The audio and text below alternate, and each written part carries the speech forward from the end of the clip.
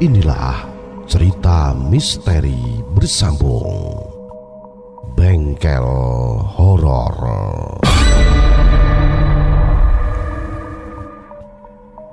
Pagi yang sedikit mendung seiring pula kondisi bengkel yang sedikit menegang. Karena ini sudah kesekian kalinya bengkel kami didatangi, lebih tepatnya dipalak untuk alasan untuk keamanan oleh segerombol orang berbadan besar yang mengatasnamakan diri mereka sebagai organisasi masyarakat, di mana selain memajaki lapak-lapak orang berjualan, mereka juga terkenal sebagai pasukan pengamanan hajatan atau penghabis rendang prasmanan. Saya kan sudah kasih uang keamanan ke kalian setiap awal bulan, ucap Mang Otong terbata. Itu kan yang tiap bulan. Mulai sekarang ada tambahan uang retribusi mingguan, ucap serak Bobby, pria botak berkumis tebal dengan badannya yang tambun. Bobby bukanlah nama sebenarnya. Itu aku saja yang asal memberikan dia nama. Karena si botak ini perilakunya jahat dan biadab, jadi ku sebut saja dia Bobby alias botak biadab. Rasanya cocoklah sedikit mengobati rasa kesalku. Bobby memang berpenampilan menyeramkan. Pria botak itu nampak semakin sangar dengan tato bergambar kapak yang bersarang di dadanya.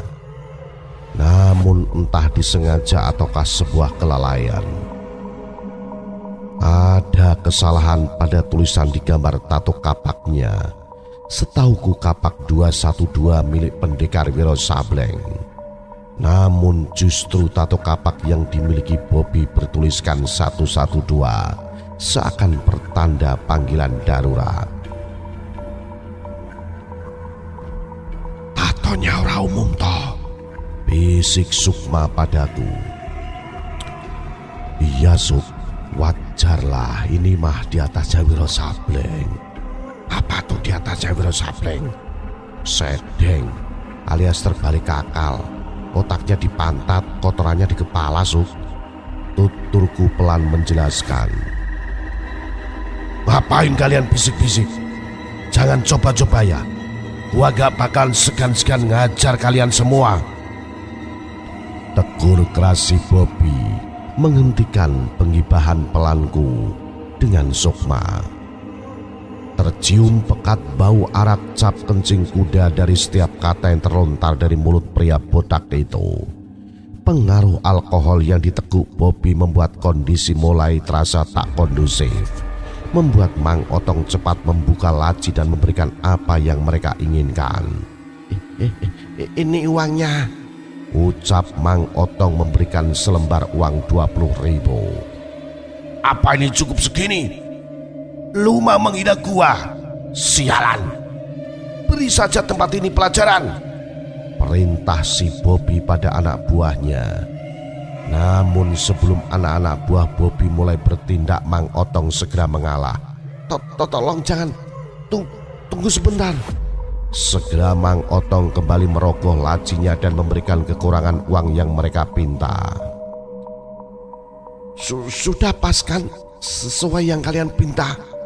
Gitu dong. Ingat, minggu besok kami kesini lagi. Langsung siapkan uangnya. Jangan berdiri-diri seperti tadi. Awas saja kau berani macam-macam, ucap si Bobby.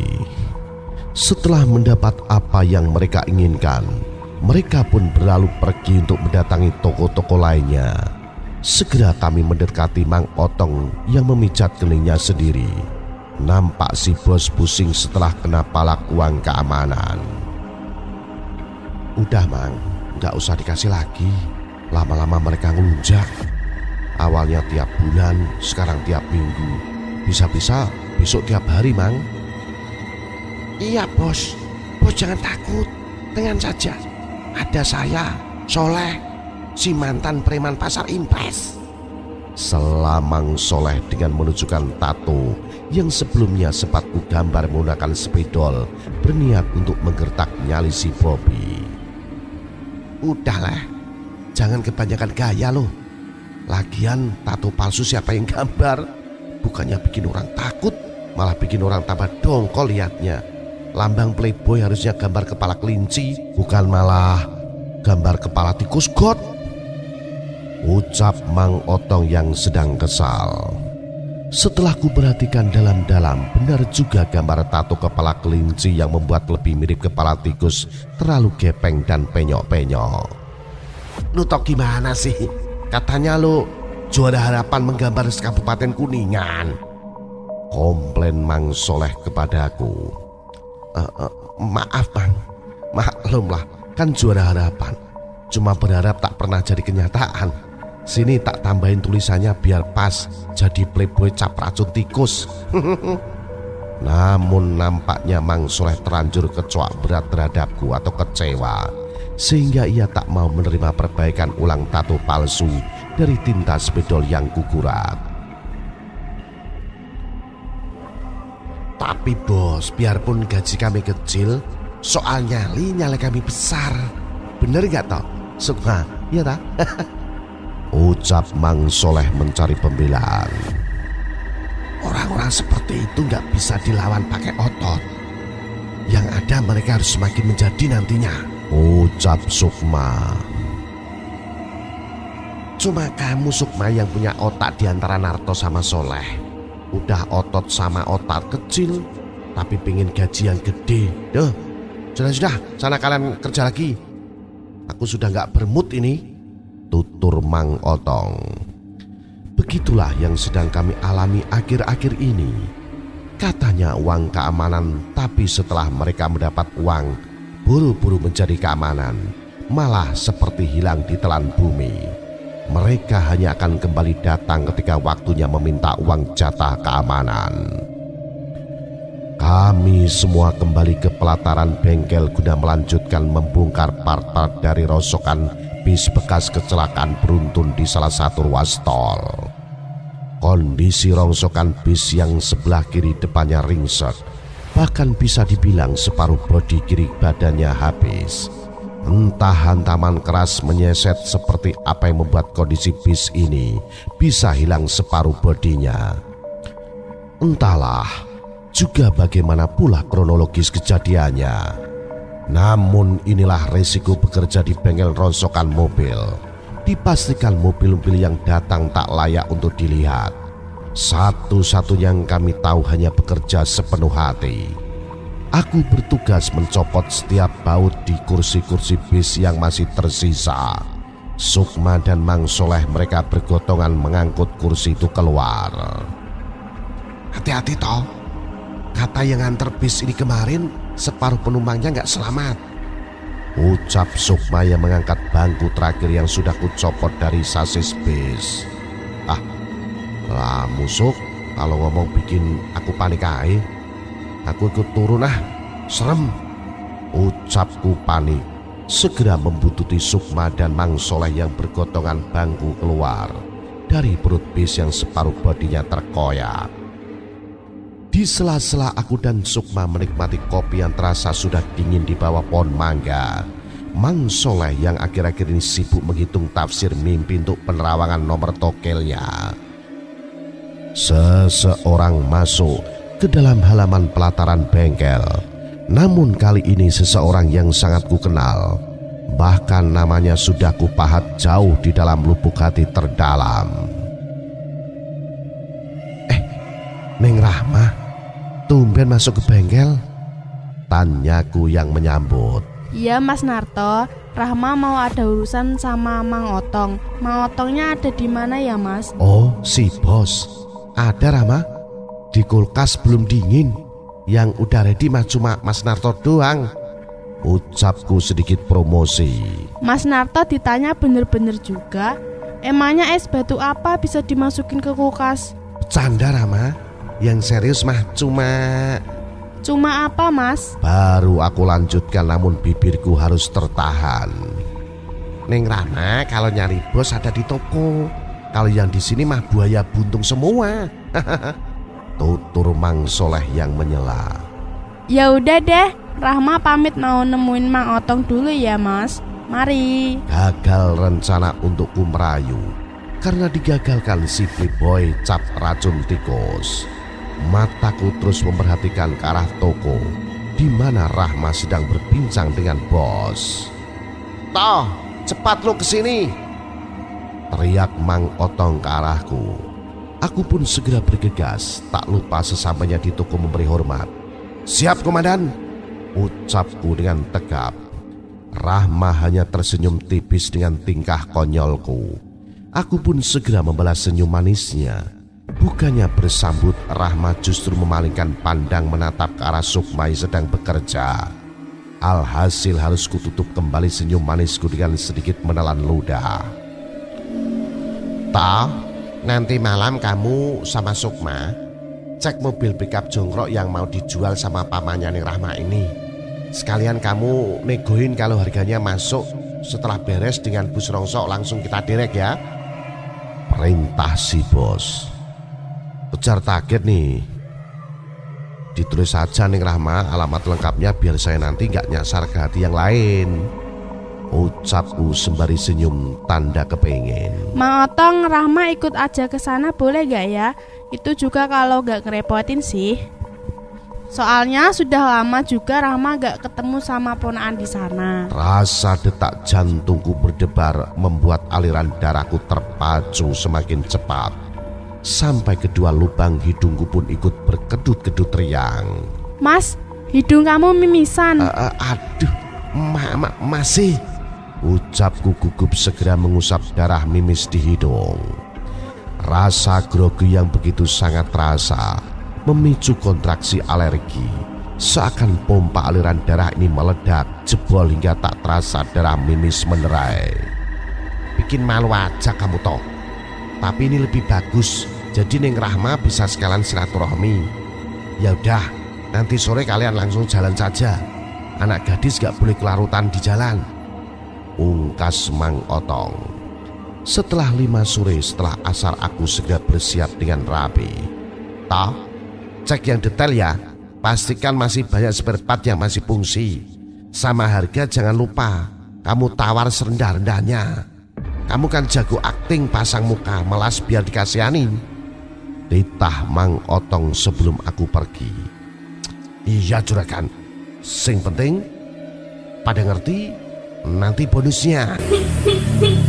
Tak lama terdengar bunyi klakson dari sebuah motor metik berwarna biru yang memasuki halaman bengkel. Aku pun segera bergegas menghampiri wanita cantik yang sudah menunggu terduduk di motornya. Langsung ku ambil posisi duduk di bangku boncengan. Mas Narto, masa perempuan yang bawa motor sih? Oh iya, lupa aku. Kilaf kali mas, bukan Hilaf. Itu dia maksudku juga Rahma. Ucapku yang sedikit cengenges-cengenges. Kami pun segera bertukar tempat duduk. Berboncengan berjalan perlahan menembus kemacetan jalan raya utama Parung. Hari yang masih sore nampak awan mendung sedari pagi. Semakin menghitam yang kini disertai beberapa letupan petir menggurat di atas langit. Rintik gerimis mulai terasa menembus jaket tipisku yang kubeli secara kredit. Semakin lama butiran air yang jatuh terasa pedas menghantam di kulit wajah. Mas Narto, kita neduh dulu yuk. Udah basah kuyup nih aku. Oh iya Rahma, siap. Segera aku belokkan motor ke arah halaman toko yang tutup. Di sana kami berdiri. Kutatap Rahma yang berdiri bersedekap dada. Nampak ia menggigil menggertakkan gigi di antara dua bilah bibirnya yang basah. Tak lupa sesekali kuusap dengan punggung tangan darah mimis yang sesekali mengucur dari lubang hidung karena grogi. Ya Tuhan, semoga hujan ini awet, gumamku dalam hati. Biarpun perut kembung masuk angin, kepala pusing karena banyak cicilan, tapi no problem, boten nopo-nopo. Asal aku selalu bersamanya. Sampai lamunanku memanjang, membayangkan aku menarik tangannya, berlari-larian saling mengejar di bawah rintik hujan dan tersambar petir. Begitu romantisnya kurasa. Mas Narto, dih malah ngelamun dia. Ucap Rahma dengan tangan yang melambai-lambai di hadapan mataku. Maaf Rama, aku keinget sama jemuran di toko. Takut gak ada yang ngangkatin. Kan ada Mas Sukma di bengkel, pasti sudah diangkatin sekalian. Ucap Rahma dengan senyum tipis di bibirnya. Justru Rahma membuat kondisi romantis menjadi jenuh kurasa. Hujannya udah gak reda, kita jalan lagi ya, biar cepat sampai. Tapi pelan-pelan aja ya Mas, aku gak bawa baju ganti soalnya. Kembali kami meneruskan perjalanan perlahan. Nampaknya tadi kami cukup lama berteduh. Terlihat hari sudah semakin gelap. Kutatap jam di tangan menunjukkan pukul 6 sore. Kulajukan motor sesuai instruksi Rahma. Kami mulai berbelok menembus pasar. Namun ternyata perjalanan kami masih sangat jauh. Terlihat kini beberapa lapak penjual pasir di beberapa titik pinggir jalan yang kami lewati. Jalanan umum yang semakin lama semakin mengecil rusak dan berlubang. Mulai nampak beberapa geria atau blok-blok perumahan kecil yang terselip di antara kebun-kebun ilalang yang mendominasi. Walaupun sudah adanya beberapa blok perumahan yang dihuni, namun masih terasa sangat sepi. Terlebih menurut Rahma, angkutan umum hanya ada di pagi sampai sore. Itu pun jarang karena jumlah angkutannya masih sedikit. Hanya beberapa motor dan truk pasir yang melintas seiring perjalanan kami di jalan malam ini. Di depan kita belok kiri Mas, masuk ke gapura merah itu. Ucap Rahma dari boncengan. Baru saja kami masuk melewati gapura, sebuah keanehan mulai nampak kulihat. Pos security penjagaan kosong, tak ada petugas yang menjaga. Malah nampak rusak terbengkalai seperti sudah lama tak digunakan. Kok nggak ada security jaga ya? Padahal perumahan. Tanyaku pelan di sela mengemudikan motor. Rahma juga gak tahu kalau itu Mas. Sejauh mataku memandang hanya gelap seperti tak berpenghuni. Jelas tergambar dari rumah-rumah yang nampak rusak tak terurus. Rimbunan ilalang liar tumbuh subur di setiap halaman rumah-rumah petak yang berjajar rapi. Sepi banget Rama. Yakin pamamu tinggal di perumahan ini? Yakin Mas, 7 bulan lalu Rahma kesini masih ada beberapa rumah yang dihuni. Tapi ya juga kok sekarang sepi ya. Waduh, jangan-jangan Ayu Ting Ting ini mah. Lah, emang artis itu tinggal di sini? Dari mana Mas Narto tahu? Bukan tinggalnya Rama, tapi lagunya itu loh, alamat palsu. Dih, bisa aja Mas Narto. Enggak palsu, tenang aja. Pamanku tinggal di sini kok. Pokoknya kita lurus aja. Rumah pamanku paling ujung blok, Mas.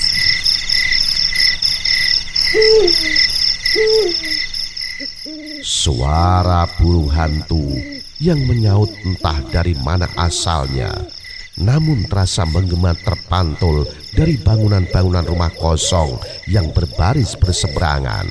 Bulu kudu-kudu pun kini terbangun, seakan ingin ikut menyaksikan kengerian yang kurasa.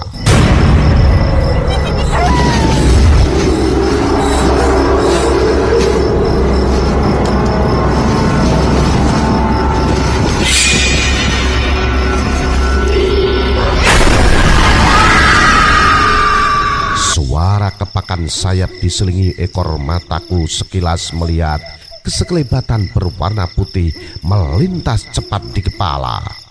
Buset, apaan itu? Ucapku refleks menekan handle rem seketika dengan mata yang langsung mendongak ke atas mencari-cari. Namun hanya dedaunan pohon bergoyang nampak tersisa. Entah sekelebatan apa yang sempat kulihat tadi. Ih, ngerem dadakan. Pasti mau nyari untung ya Mas Narto. Ucap Rahma kesal karena posisi duduknya harus tergeser menempel dengan punggungku. Enggak Rahma, yakinlah, sumpah. Tadi Mas Narto kayak lihat sesuatu yang layang cepet gitu. Ucapku dengan raut muka yang masih kebingungan. Ah Mas Narto jangan nakutin ah. Mungkin burung hantu kali Mas terbang. Nih dengar suara burung hantunya. Masih kedengeran kan? Ucap Rahma coba meyakinkanku. Sejenak ku coba tenang dan mencermati. Iya juga mungkin. benar apa yang Rahma ucap. Mungkin aku saja yang terlalu parno. Di sela perbincangan pelan kami, kini samar-samar terdengar suara yang aneh. Mas Narto, denger gak Mas? Ucap Rahma yang kepalan tangannya terasa meremas jaket yang kukenakan. Iya, denger. Aduh, suara apa ya? Tapi kok ini juga malah jadi bau bangkai ikan gini sih? Jawabku yang kebingungan. Iya Mas, kok jadi bau anyir ya? Kami pun saling melempar pandang ke sembarang arah, mencoba menelisik sumber dari suara aneh dan bau bangkai amis yang tercium. Tak lama berserang kembali terdengar. Tak mau kembali lengah, segera mata kami mengikuti sumber dari suara itu, yang ternyata berasal dari arah belakang motor yang kami naiki. Hantu!